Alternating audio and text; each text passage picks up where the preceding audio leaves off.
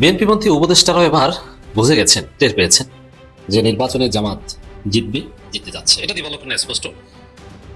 এটা নিয়ে সন্দেহ সংশয় কোনো নিরপেক্ষ বিশ্লেষক, নিরপেক্ষ সার্ভে আর কেউ করতে পারে না।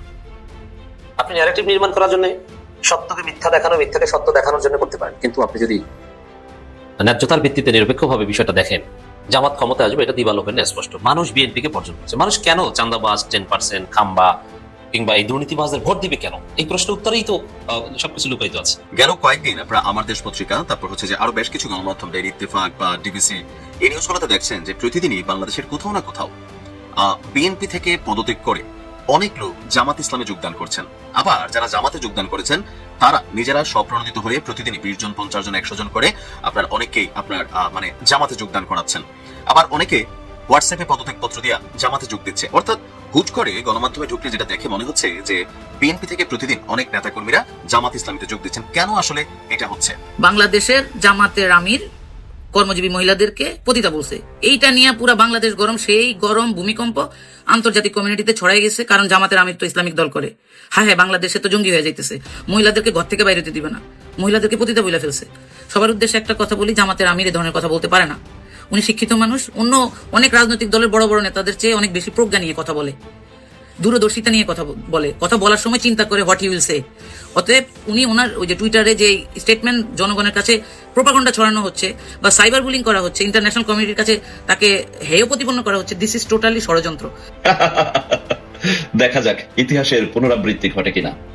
জামায়াত আমিরের টুইটার অ্যাকাউন্ট হ্যাক করা হয়েছে, এটা কিসের ইঙ্গিত? চলুন আমরা দুইটা ইতিহাসের যে টুইটার অ্যাকাউন্ট হ্যাক হওয়ার পরে কি হয়েছিল জো বাইডেন এবং বারাক ওবামার সাথে।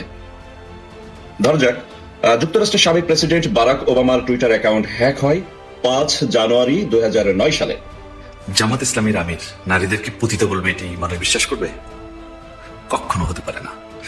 জামাত আমিরের টুইটার অ্যাকাউন্ট হ্যাক হয়েছে, সেখানে বিএনপির এই সন্ত্রাসীরা এই সাইবার অ্যাটাক করে তার আইডি হ্যাক করে সেখানে নারীদেরকে অশালীন ভাষায় মন্তব্য করে সেটি প্রচারণা করছে।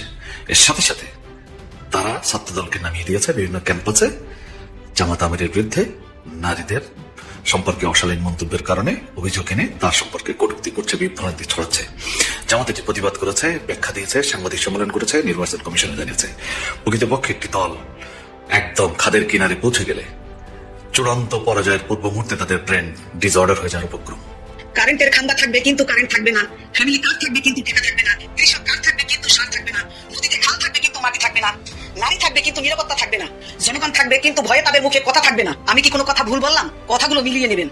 এবার সুপ্পও গেছে, সুপ্পুর কর্মচারীও গেছে। বঙ্গভবনের কর্মকর্তার ইমেল আইডি ব্যবহার করে জামাত আমির ডাক্তার শফিকুর রহমানের এক্স আইডিটা হ্যাকাররা হ্যাক করেছে। তাহলে বঙ্গভবনের সেই কর্মকর্তার কত বড় কলিজা যে চুপুর সাথে কাজ করো, চুপুরই তো খবর শেষ হয়ে যাবে 12 তারিখের পরে। তোমার খবর কই যাবে সেটা তুমি হিসাব করো, হিসাব করে চলো, নতুবা কিন্তু তোমারা যে আবার হাসিনার মতন তোমাদের কারো কিছু হয়ে যাক বা হবে, সেটা কিন্তু আমরা কামনা করি না। জামাতের আমির ডাক্তার শফিকুর রহমানের বিরুদ্ধে গতকাল ঢাকা বিশ্ববিদ্যালয় থেকে যে মিছিলটি বের হয়েছে, ওই মিছিলটির সামনের সারিতে যারা ছিলেন তাদের ফটো চেক করে দেখা গিয়েছে যে ছাত্রলীগের সভাপতির সাথে যে মেয়েটি মিছিলের নেতৃত্ব দিতেন সেই মেয়েটি গতকাল ছাত্র দলের মিছিলের নেতৃত্ব দিয়েছেন। তাহলে বুঝলেন কি, বোঝা গেল কি, ছাত্রলীগ এখন গুপ্ত হয়ে আছে ছাত্র দলের ভিতরে। তাই ছাত্রলীগ এক সময় ছাত্র দল হয়ে কোনো একদিন ছাত্র দলকে ডিসমিস করে দিয়ে ছাত্রলীগই হবে ছাত্র দলের কাণ্ডারি। আমার কি হয়েছে জানেন? এই বিএনপি সরকার যদি সরকার গঠন না করে, যদি জামাত সরকার যদি গঠন করে, তাহলে এদের কিন্তু অনেক নিয়মের ভিতরে চলতে হবে। মহিলাদের এরা তো রাস্তা বেরোতে পারবে না, এরা রাস্তাঘাটে যেতে পারবে না, বাজারে যেতে পারবে না। আবার তোরা আইন করতেছে হলো 4টে বিয়ে করতে পারবি, স্বামী 4টে বিয়ে করতে পারবি, এই আইন হতে চলবে।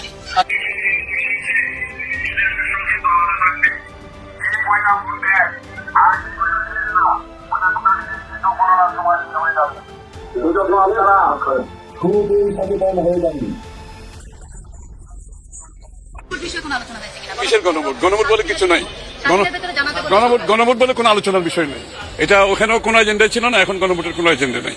আর যেটা ছিল একমাত্র সেটা নির্বাচনের দিন যদি হয়, সেটার উপরে ঐক্যমত হয়েছে, ওর পরিপ্রেক্ষিতে সভা শেষ হয়েছে, এরপরে নতুন ভাবে ঐক্যমত হওয়ার। এখন তো সেই আওয়ামী লীগ বিএনপির সেই বাইনারি না, যে আওয়ামী লীগ ঠেকাও, বিএনপি যাই হোক ভোট দাও, সেই যুক্তি নাই। বিএনপি কি করেছে জাতি দেখেছে না, তা বিএনপিকে ভোট দিবে কেন? ছাত্রদেরকে কেন বর্জন করেছে শিক্ষিত তরুণরা? ওই একই কারণে তো বিএনপিকে বর্জন করবে। এখন এই ইউনিট সরকারের মধ্যে বিএনপি পন্থী অনেক উপদেষ্টা আছেন। এরা বিএনপিকে জেতাতে সর্বশক্তি প্রয়োগ করেছে, কিন্তু তারাও এবার পিছু হটতে শুরু করেছে যে না, অনেক কিছু করেছি। সালেউদ্দিন আহমেদ, এমনকি স্বরাষ্ট্র উপদেষ্টা বিএনপি পন্থী, তাকে শেষ পর্যন্ত পরিবর্তন করতে চেয়েছিলেন ইউনূস। ডক্টর খলিলুর রহমানকে নিয়োগ দেওয়ার জন্য শপথ অনুষ্ঠান আয়োজনের চিঠিও দিয়েছিলেন, কিন্তু তারেক এসে ঠেকিয়ে দিয়েছে তার মেকানিজম ব্যবহার করে। এই জাহাঙ্গীর সাহেব কিংবা পররাষ্ট্র উপদেষ্টা তৌহিদ, অর্থ উপদেষ্টা, পরিকল্পনা উপদেষ্টা, এরা কিন্তু বিএনপি পন্থী উপদেষ্টা। 5 জন একদম লিস্টেড বিএনপি পন্থী উপদেষ্টা। তারা এখন পিছু হটতে শুরু করেছে যে আর পারলাম না। দেখেন, সরকার চাইলে কি পারে? যদি পারতো তাহলে কি হাসিনার পতন হতো? হাসিনার সাথে ভারত ছিল, যুক্তরাষ্ট্র চুপ ছিল, চীন ছিল, রাশিয়া ছিল, এবং সরকারের সব অর্গান ছিল, কিন্তু হাসিনা কি তার ক্ষমতা ধরে রাখতে পেরেছে? পারেনি। এটি রিয়েলিটি, যে চাইলেই অনেক কিছু অনেক সময় পারা যায় না। জনগণের উপর কোনো শক্তি নেই, আল্লাহর পরিকল্পনা সবার উপরে। আল্লাহ যদি কোনো কিছু কবুল করেন, পৃথিবীর কোনো শক্তি সেটা ঠেকাতে পারে না। আল্লাহ যদি চান কাউকে ক্ষমতা দিব, কোনো শক্তি সেটা ঠেকাতে পারবে না। আল্লাহ যদি চান কাউকে ক্ষমতা থেকে নামাবেন, কোনো শক্তি তাকে ক্ষমতা রাখতে পারবে না। যেমনটা হয়েছে, আল্লাহ হুকুম ছিল যে আওয়ামী লীগ ক্ষমতা থাকবে না, আওয়ামী লীগের পতন হবে। ভারত, চীন, রাশিয়া, সেনাবাহিনী, পুলিশ, সিভিল অ্যাডমিন, সন্ত্রাসী সবাই মিলেও হাসিনাকে বাঁচাতে পারেনি, রক্ষা করতে পারেনি। কারণ আল্লাহর হুকুম ছিল হাসিনাকে পালাতে হবে। জনগণকে সেভাবে জাগিয়ে দিয়েছে। আওয়ামী লীগ পরিবারের অনেকে রাজপথে এখন আল্লাহ রাব্বুল আলামিন জামাতকে ক্ষমতা দিবেন, কেউ ঠেকাতে পারবে না। যদি আল্লাহ কবুল করে থাকেন, কোনো শক্তি ঠেকাতে পারবে না। তো বিএনপি পন্থী উপদেষ্টা অমুক তমুক কি করবে তারা? বিএনপি পন্থী উপদেষ্টা হোক আর যে উপদেষ্টা হোক, কিচ্ছু করতে পারবে না। জামাতের ক্ষমতা তারা ঠেকাতে পারবে না, অলরেডি তারা বুঝতে শুরু করেছে। তবে এখন যে কাজটা করবে ওই ডাকসুর মতো। ডাকসুতে শিবির ক্ষমতা এসেছে, এটা তো ঠেকানো যায়নি, কিন্তু ক্ষমতা আসার পর কিছু উল্টাপাল্টা কথা তো বলা গেছে, যেমন ছাত্রলীগের ভোটে জিতেছে, নীলক্ষেতের ব্যালট, এরকম কল্পকাহিনী ছড়িয়েছে না। আবার এক মাঝে মাঝে বলে যে ওদের কথার কোনো ঠিক নেই। একবার বলে ছাত্রলীগের ভোট যেই মির্জা গালিব ধরিয়ে দিয়েছেন, তারপরে আর এটা বলেও বলে নেই। এরপরে কারচুপির গল্প যেটা বলেছিল, তাও তদন্তের মাধ্যমে যেহেতু প্রমাণিত হয়েছিল এগুলো ছিল বিএনপির নাটক, এরপরে এটাও বলছে না। এরপরে ভোটারদের গালাগালি করে যে এরা শিবিরকে ভোট দেয়। হ্যাঁ, ভোটারদের গালাগালি করেন, এইটা ঠিক যে এরা শিবিরকে ভোট দিয়েছে কেন, আপনার ক্ষোভ থাকলে বলেন, কিন্তু অন্য কথা কেন বলেন? আবার আর একটা তত্ত্ব নিয়ে এসেছে, বিএনপি এখন আওয়ামী লীগের এক নাস্তিক ছিল, কি মহিউদ্দিন নাকি এই টাইপের এক, তো ওর ফলোয়ার এখন ছাত্র দলের সভাপতি, সেক্রেটারি, এরা ওর পোস্ট শেয়ার করে। কতটা দেউলি হলে এই কাজ করা যায়? মহিউদ্দিন আহমেদ, গরু মহিউদ্দিন বলা হয় তাকে। এই গরু মহিউদ্দিনের একটা তত্ত্ব আছে, বিএনপি থিঙ্ক ট্যাঙ্ক কিন্তু এখন গরু মহিউদ্দিন নাস্তিক, ডাক্তার জাহেদ হাফ নাস্তিক, এরা হচ্ছে এখন বিএনপি থিঙ্ক ট্যাঙ্ক। তাদের একটা তথ্য, ঢাকা বিশ্ববিদ্যালয়ে মাদ্রাসা ছাত্র ভর্তি করানো হয়েছে, সেই অনেক আগে থেকে টার্গেটেড, ওইটি হচ্ছে ডাকসু বিজয়ের শিবিরের মূল কারণ। অর্থাৎ মাদ্রাসা ছাত্র যে এই যে ভর্তি হচ্ছে, এইটা ঠেকাতে হবে, মাদ্রাসা ঠেকাও। এটা তো গরু মহিউদ্দিন বাপ কবর থেকে উঠলেও শেখ মুজিবকে কবর থেকে উঠানো ওটা পারবে না। যাই হোক, এরকম কিছু কল্পকাহিনী ছড়ানো যাবে, ওইটা ছড়াবে। এখন বিএনপিকে জেতাতে বিএনপি মধ্যে উপদেষ্টারা যে আটঘাট বেঁধে নেমেছিলেন, তারা এখন গা ছেড়ে দিয়েছে, তারা এখন কাজ করা ছেড়ে দিয়েছে। পররাষ্ট্র উপদেষ্টা, যাকে পিনাকি ভট্টাচার্য বলেন, শ্রী শ্রী তৌহিদ হোসেন প্রভুবাদ, এই শ্রী শ্রী তৌহিদ হোসেন প্রভুবাদ বলেছেন যে নির্বাচনে 55% বেশি ভোট পড়বে বলে মনে হয় না। সে 91 সালের মতো 55% ভোট পড়বে, এরকম একটা বিতর্কিত কথা বলেছে। তার কথার মধ্যে কিছুটা এমবিগিউটি আছে, এটা খুবই আপত্তিকর। যেখানে বাস্তবতা আমরা দেখছি বাংলাদেশের ইতিহাসে শতাব্দীর শ্রেষ্ঠ নির্বাচন হবে, 100 বছর এরকম নির্বাচন অতীতে হয়নি, সামনে হবে না, এরকম নির্বাচন এবার হবে। কারণ এবারকার বাস্তবতা সম্পূর্ণ ভিন্ন। দেশের তরুণ প্রজন্ম, জনগণ ভোট দিতে পারেনি গত 15 বছর, এবার ভোট দিবে। কখনো এরকম একটা ইন্টারিম নিরপেক্ষ সরকার আসেনি, তত্ত্বাবধায়ক সরকার আসলেও সেটা নিয়ে অনেক প্রশ্ন ছিল, এবার এসেছে। বাংলাদেশের রাজনীতি সন্ত্রাসী শক্তি নাই, পালিয়ে গেছে। বিএনপি সন্ত্রাসী করলেও আওয়ামী লীগের মতো তত না। সেখানে ইতিহাসের সবচেয়ে ভালো নির্বাচন হবে, এবং পারিপার্শ্বিক অবস্থা দেখলে বোঝা যায়। দেখেন, আমি কিছু আপনারা জানেন যে 8 সালের যে বিতর্কিত নির্বাচন, সেখানেও কিন্তু প্রায় 87% ভোট কাস্ট হয়েছিল। 2001 সালে 8ম জাতীয় সংসদ, সেখানে 74+। এমনকি ওই যে হাসিনা যে ভুয়া নির্বাচন, সেগুলো তো 41%, 55% এরকম হাবিজাবি দেখানো হয়েছে। সেখানে বিপ্লবের পর 55% ভোট পড়বে, এই চিন্তাটা কেন? এটার মধ্যে দুর্বিসন্ধি আছে। এর মানে যেহেতু দেখছেন এই বিএনপি মন্ত্রী উপদেষ্টারা যে জামাত ক্ষমতা আসবে, এই জন্য ভোটারদের নিরাপত্তা বা পর্যাপ্ত সহায়তা করতে চাইবে। তারা চায় যাতে ভোটাররা ভোট কেন্দ্রে না যায়। ভোটার যত ভোট কেন্দ্রে যাবে জামাতের ভোট তত বাড়বে। অতএব ভোট যেহেতু কম করে এবং জামাত জেতার পর যাতে বলতে পারে না ভোটাররা তো তেমন যায় নাই, অল্প ভোটার গিয়েছে, ওটা কারচুপি করা হয়েছে ভোট কারণটা করে, এই ন্যারেটিভ নির্মাণের জন্য এখন 55% গল্প ছড়ানো হচ্ছে। কিন্তু বাস্তবিকভাবে আমি আপনি যারা সোসাইটিতে বাস করি আমরা তো দেখি যে ভোট এখানে 85, 86, 87, 88, 90% ভোট করতে পারে। এর একটা উৎসবের একটা আমেজ লক্ষ্য করছি।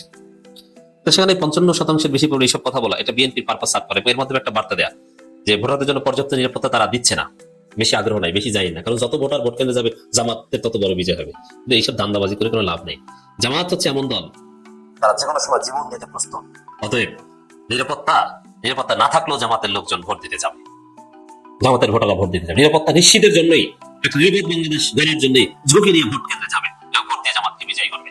গেল কয়েকদিন আপনারা আমার দেশ পত্রিকা, তারপর হচ্ছে যে আরো বেশ কিছু গণমাধ্যম, ডেইলি ইত্তেফাক বা ডিবিসি, এই নিউজগুলোতে দেখছেন যে প্রতিদিনই বাংলাদেশের কোথাও না কোথাও বিএনপি থেকে পদত্যাগ করে অনেক লোক জামাত ইসলামে যোগদান করছেন।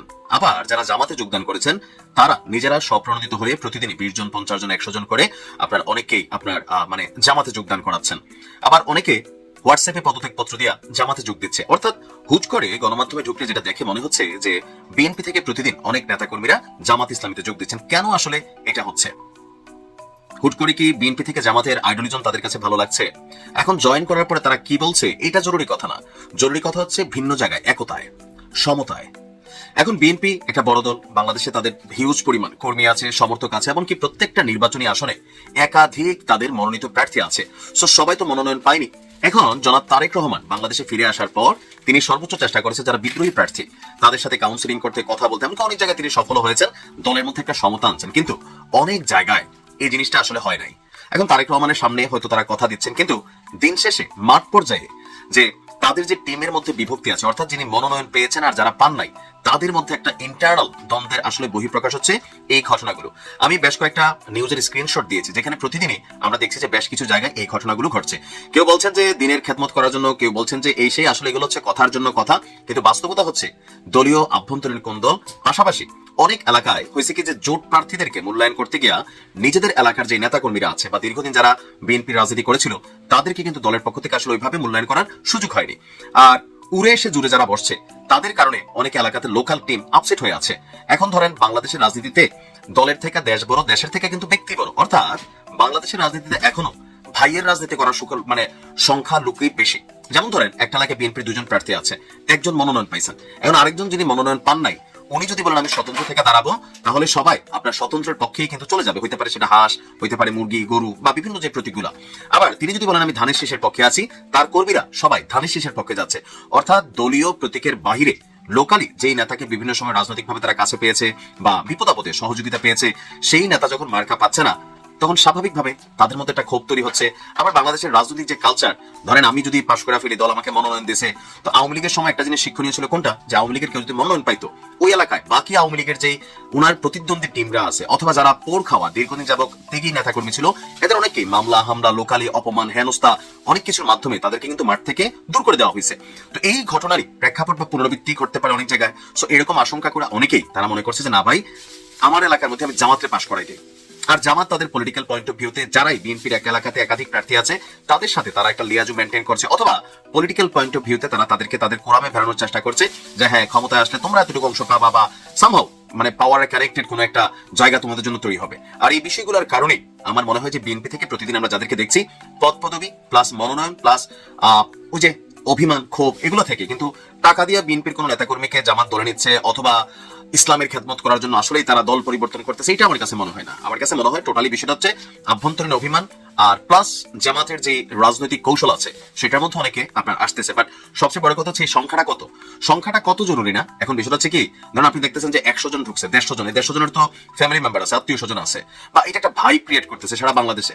আবার অনেক জায়গায় জামাত থেকেও কিন্তু কিছু লোক বিএনপিতে আসতেছে, ওইখানেও কিন্তু একই অবস্থা যে হয়তো কোনো না কোনো কারণে জামাতের সিদ্ধান্তের প্রতি তাদের মনক্ষুণ্ণতা আছে বা আভ্যন্তরীণ কুন্দল আছে, সেই জায়গাগুলো থেকে বিএনপিতেও জামাতের অনেক লোক আসছে। তবে পরিমাণটা নিউজ প্রিন্টে আমরা যা দেখছি, নিউজ ফিডে, সেখানে বিএনপি থেকে জামাতে আসা লোকেদের সংখ্যা আস্তে আস্তে বাড়ছে। নির্বাচনের আগ পর্যন্ত এইভাবে চলতে থাকলে সেটা বিএনপির জন্য ক্ষতি হবে। বিএনপির উচিত দলীয়ভাবে বা নির্বাচনী যারা পরিচালনা কমিটি আছেন তারা এই বিষয়গুলোকে কাউন্সিলিং করা, হয়তো বেটার কিছু হবে। দেখা যাক কি হয়। ভালো থাকুন। কাউন্টি গত শনিবার অর্থাৎ 31শে জানুয়ারি বিকেল 4:37 সময় হ্যাক করা হয়। হ্যাক করে সেখানে একটি পোস্ট করা হয়, যে পোস্টটি জামাত আমির ডক্টর শফিকুর রহমান যে মানের লোক, তিনি যে চিন্তা চেতনার মানুষ, সেই চিন্তা চেতনার সাথে এটি যায় না। কিন্তু তারপরেও আমিরের ওই এক্স হ্যান্ডেলে গিয়ে হ্যাক করে এটি পোস্ট করার কারণ, জামাতকে সমস্ত দিক দিয়ে মোকাবেলা করতে ব্যর্থ হয়ে, রাজনৈতিক দিক দিয়ে, চারিত্রিক দিক দিয়ে, আদর্শগত দিক দিয়ে মোকাবেলা করতে ব্যর্থ হয়ে একটি দল, একটি গ্রুপ, একটি সংঘবদ্ধ চক্র, তারা ঘৃণ্য একটি পথ বেছে নেয়। সেখানে নারীদের সম্পর্কে একটি কুরুচিকর মন্তব্য সেখানে লিখে রাখা হয়। অর্থাৎ কর্মজীবী নারীদেরকে তারা বাইরে কাজ করতে গেলে, কর্মজীবী নারীরা তারা ঘর ছেড়ে বাইরে কাজ করতে গেলে তাদেরকে হ্যারাসমেন্ট করে পুরুষেরা, এটা অনেকটা পতিতাবৃত্তির শামিল, এই জাতীয় কথা সেখানে লিখে রাখা হয়। ব্যাস, লেখার পরে ঠিক 5:22 এটি জামাত ইসলামের নজরে আসে। মজার ব্যাপার হচ্ছে, যখন জামাত আমিরের এই এক্স হ্যান্ডেলটি হ্যাক করা হয়, তখন কিন্তু তিনি কেরানীগঞ্জে একটা জনসভায় ভাষণ দিচ্ছিলেন। তার মানে আপনারা বুঝতেই পারছেন যে শুরুতেই এটা যে জামাত আমিরের নয়, তার পোস্ট করা নয়, এটা এইখানেই কিন্তু একেবারে বোল্ড আউট হয়ে যায়। তারপরেও 5:22 যখন তাদের টিম এটি নজরে আনে, সাথে সাথে তারা একটা পোস্ট দেয় যে এটা হ্যাক করা হয়েছে এবং সেটি উদ্ধার করার চেষ্টা করা হচ্ছে।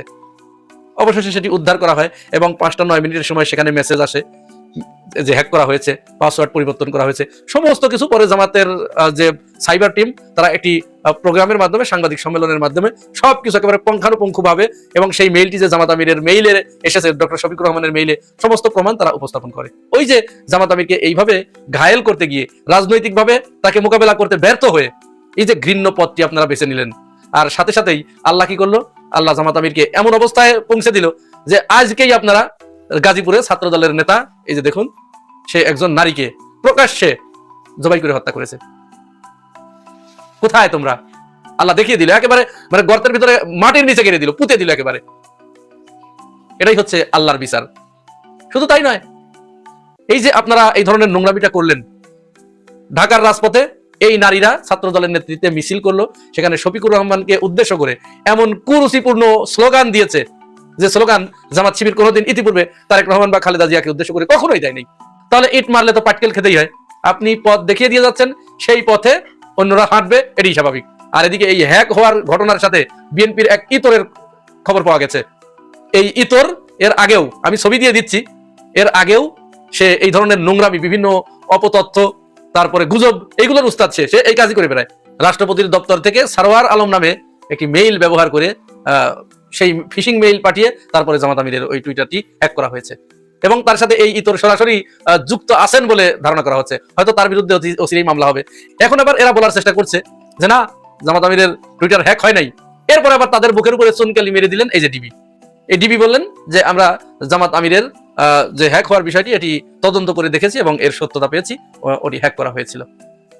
এখন কি হলো? কি হলো? এই যে একটু শোরগোল করলেন, যতটা না শোরগোল করে গোলা চড়ালেন, তার চেয়ে তো গোলা দেবে গেল বেশি না?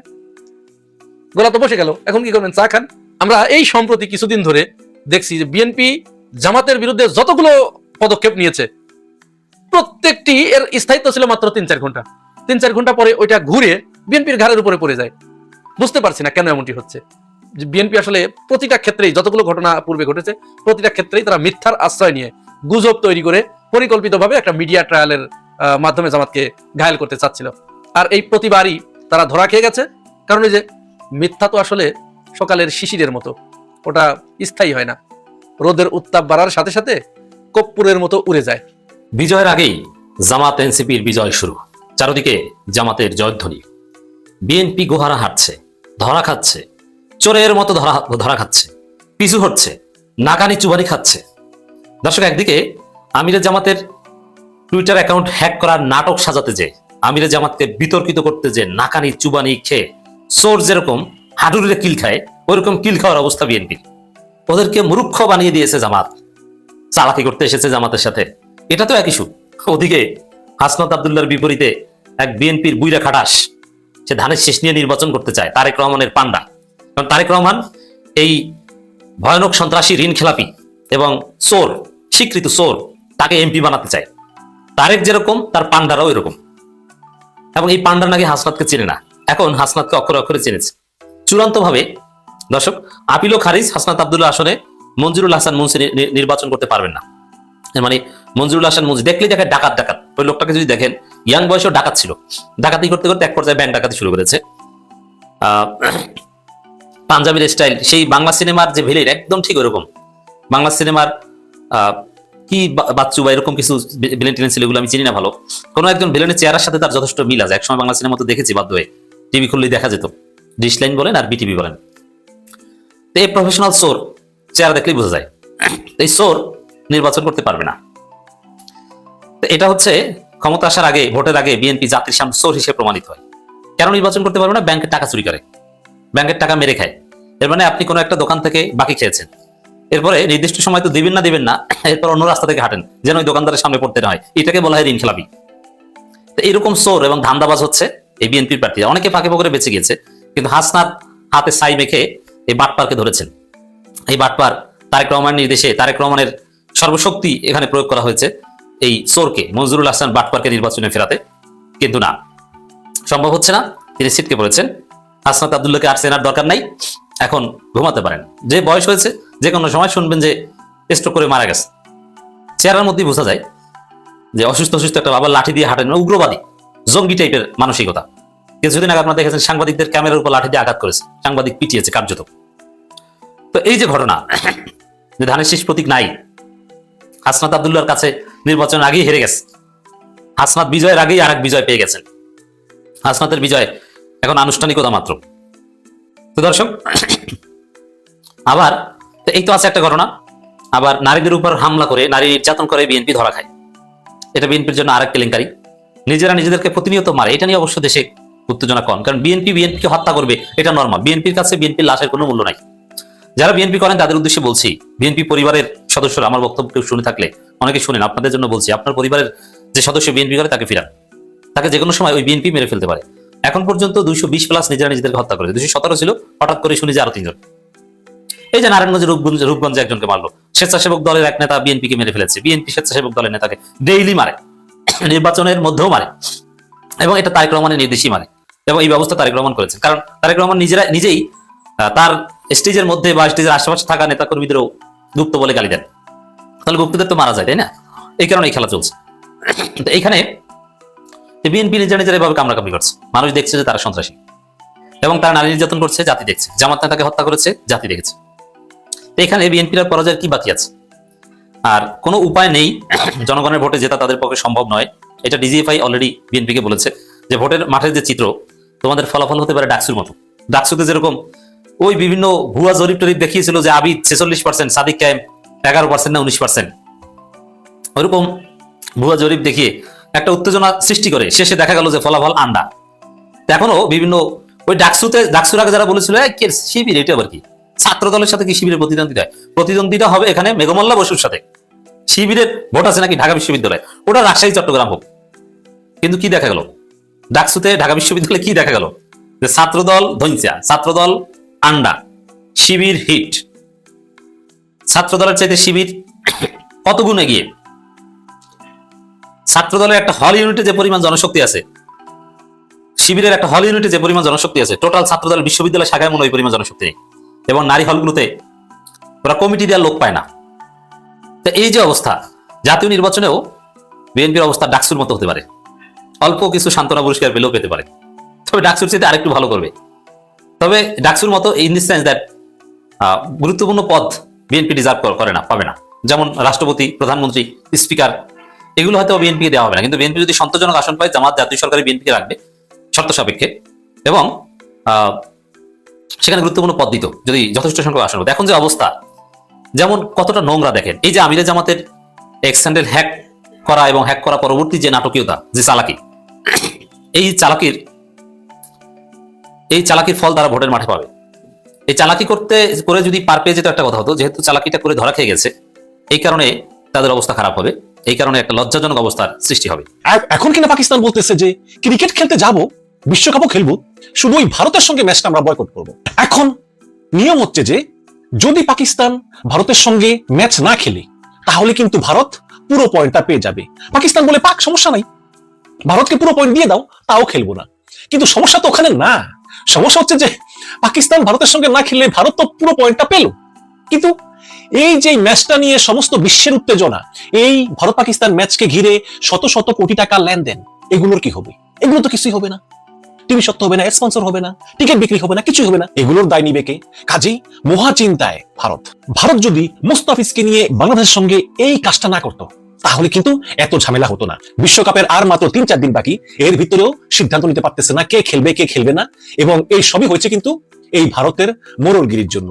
মোড়লগিরি খারাপ কিছু না, আপনি সবাইকে ভালো ম্যানেজ করতে পারেন আদর দ্বারা, মহব্বত দ্বারা, মোড়লগিরি খারাপ কিছু না। কিন্তু এই রকম ক্ষমতার স্বেচ্ছাচারিতা, ক্ষমতার অপব্যবহার, জুলুমবাজি, এগুলোই এই ক্রিকেট বিশ্বে ভারতের বিরুদ্ধে ক্ষোভের জন্ম দিয়েছে। এখন বাংলাদেশকে বাদ দিয়ে এনেছে স্কটল্যান্ডকে। আচ্ছা, স্কটল্যান্ডের জনসংখ্যা কত? আর স্কটল্যান্ডের মানুষ কি ক্রিকেট দেখে? দেখে না তো। আর বাংলাদেশে 176 মিলিয়ন মানুষ, তারা ক্রিকেটের জন্য পাগল। কাজী বাংলাদেশ খেলবে না, তাদের আগ্রহ নাই। এখন পাকিস্তান বলতেছে যে আমরা খেলবো সব ম্যাচ, কিন্তু ভারতের সঙ্গে খেলবো না। তার মানে পাকিস্তানেরও কিন্তু না খেলার মতোই। পাকিস্তান খেলবে না, কিন্তু সরাসরি তো না বলতে পারে না। এর জন্য বলতেছে যে আমরা সব ম্যাচ খেলবো, কিন্তু ভারতের সঙ্গেটা খেলবো না। তার মানে হচ্ছে যে পাকিস্তানেরও না খেলার মতোই। এখন পড়েছে মহা চিন্তায়।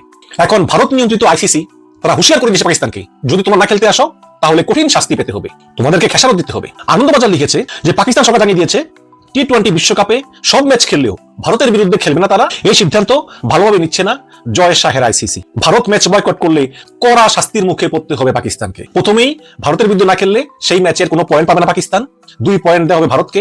আইসিসির 16-10 সাধারণ অনুযায়ী কোন দল যদি দল না নামায়, তাহলে তাদের নেট রান রেটে প্রভাব পড়বে।